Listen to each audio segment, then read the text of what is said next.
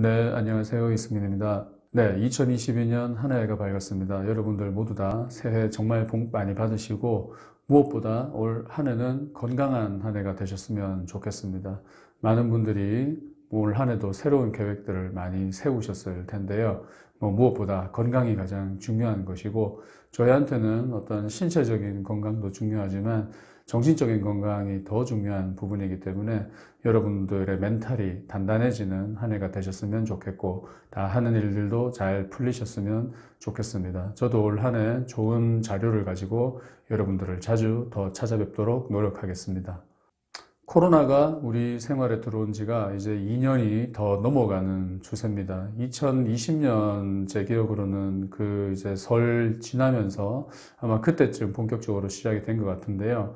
이제 2022년이 됐으니까 벌써 이제 만으로 2년을 더 넘어가는 추세입니다. 코로나가 이렇게 오래 갈 거라고는 우리도 생각하지 않았고, 이 코로나로 인해서 우리의 생활 자체가 아주 많은 변화가 지금 생기고 있는 거잖아요. 그래서 오늘은 새해 첫 수업을 기념해서 이 코로나가 이 정신건강에 어떤 영향을 끼치고 있고 어떻게 여러분들이 대응하시면 좋을지를 한번 얘기 나눠보도록 하겠습니다.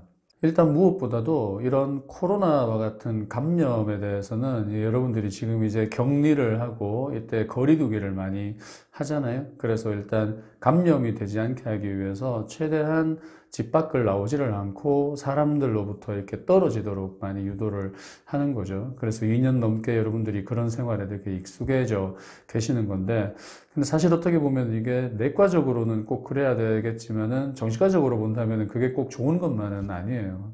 나와서 이렇게 사람도 못 만나고 취미생활도 못하고 운동도 못하고 사회생활 자체를 잘 못하게 되는 거기 때문에 이게 몸에는 그렇게 할 수밖에 없겠지만 정신건강에는 상당히 피해를 많이 주게 되는 거죠. 그래서 여러분들도 코로나 블루라는 얘기도 많이 들어보셨겠지만은 이 블루라는 게 이게 의학용어로는 우울하다는 얘기잖아요. 그래서 포스트팔툼 블루, 즉 이제 산후 우울증 같은 경우도 그런 식으로 얘기를 하는데 이 코로나 블루라는 용어가 우리한테 많이 퍼질 만큼 이 코로나가 사람들을 많이 우울하게 만들고 있습니다.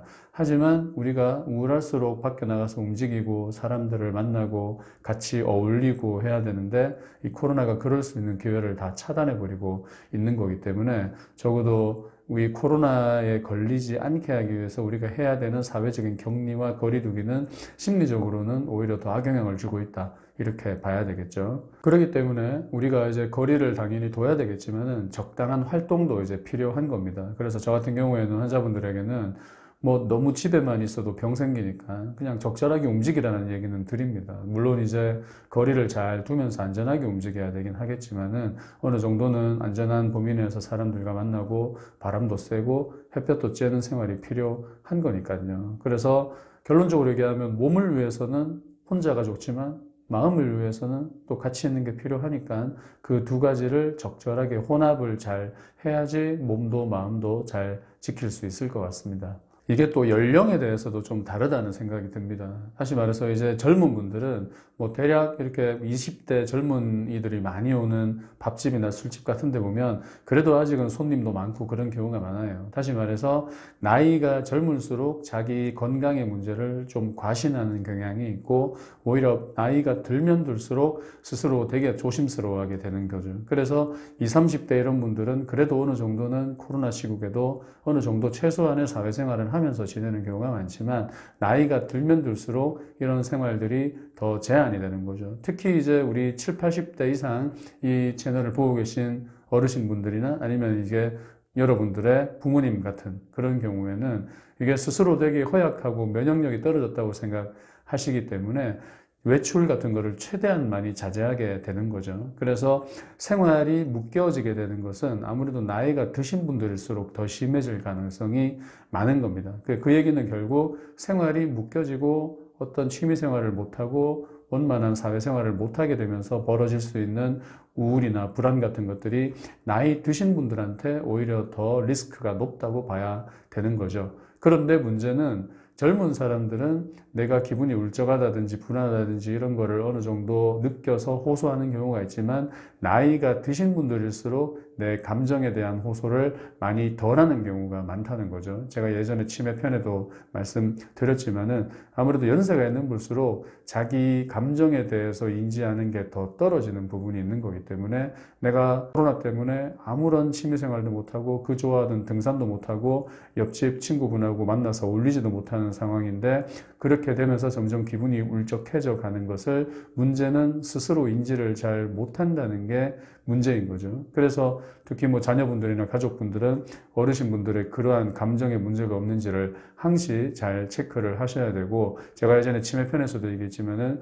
어르신분들은 기분이 우울하면 몸이 여기저기가 아프다든지 기억력이 떨어진다 이런 분들이 되게 많으세요. 최근에 코로나 때문에 밖에도 못 나오는 분들이 최근에 급격히 이렇게 기억력이나 집중력이 떨어졌다고 호소하는 그런 어르신분들이 많습니다. 근데 그게 치매가 벌어지는 것이 아니라 생활이 점점 더 우울해지기 때문에 인지 능력이 떨어지는 가능성이 많은 거거든요. 그래서 특히 나이가 드신 분들일수록 생활을 많이 제한하고 있기 때문에 가까운 가족들이나 또 자녀분들이 이런 분들을 잘 읽으셔가지고 특히 어르신분들의 정신건강에 문제가 없는지를 잘 살펴보셔야 될 것 같습니다. 그리고 또 코로나 얘기가 나온 김에 또 추가적으로 한마디 말씀드리자면은 최근에 이렇게 코로나 주사, 백신 주사를 맞은 뒤로 뭐 공황장애가 심해졌다 이런 호소하시는 분도 많이 계세요. 저희 병원에도 아주 그런 분들이 많으시거든요. 그래서 실제적으로 이런 백신 맞는 거랑 뭐 불안장애나 공황장애 재발이나 이런 것들이 크게 상관이 있느냐 이런 질문도 많이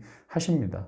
근데 뭐 여러분도 아시겠지만 사실 코로나 백신이 어떤 공황장애나 불안장애, 우울증하고 직접적인 연관이 보고된 거는 물론 없지 않습니까? 물론 걱정하시는 분들은 여기저기 걱정을 많이 하시겠지만 적어도 지금까지 밝혀진 것은 크게는 없는데 이 문제는 백신을 맞으면 아주 멀쩡한 분도 많이 계시지만 여기저기 몸이 아픈 분들이 많이 계시죠. 뭐 몸살 기운도 나고 열감도 생기고 뭐 그렇게 되는 거니까요. 근데 문제는 그냥 남들도 이렇게 백신 맞으면 좀 아프니까 나도 그렇게 아프다 말겠지. 뭐 이렇게 그냥 넘어가면은 물론 다행인데 우리가 특히 이제 공황장애라고 하는 것은 공황장애라는 질환 자체가 자기 몸의 감각에 되게 예민해지는 병이거든요. 그러니까 공황장애 분들이 이렇게 막 가슴이 두근거린다, 숨이 찬다고 얘기하는 게 물론 실제로 가슴이 두근거리고 숨 차는 것도 있겠지만은 자기 몸의 감각에 그만큼 예민한 분들이 벌어지는 문제인 거기 때문에 이런 공황장애라든지 불안장애가 있는 분들은 백신을 맞고 몸 상태가 안 좋은 것에 대해서 상당히 예민해지게 되고 그 예민함이 이 몸의 긴장감을 끌어올려서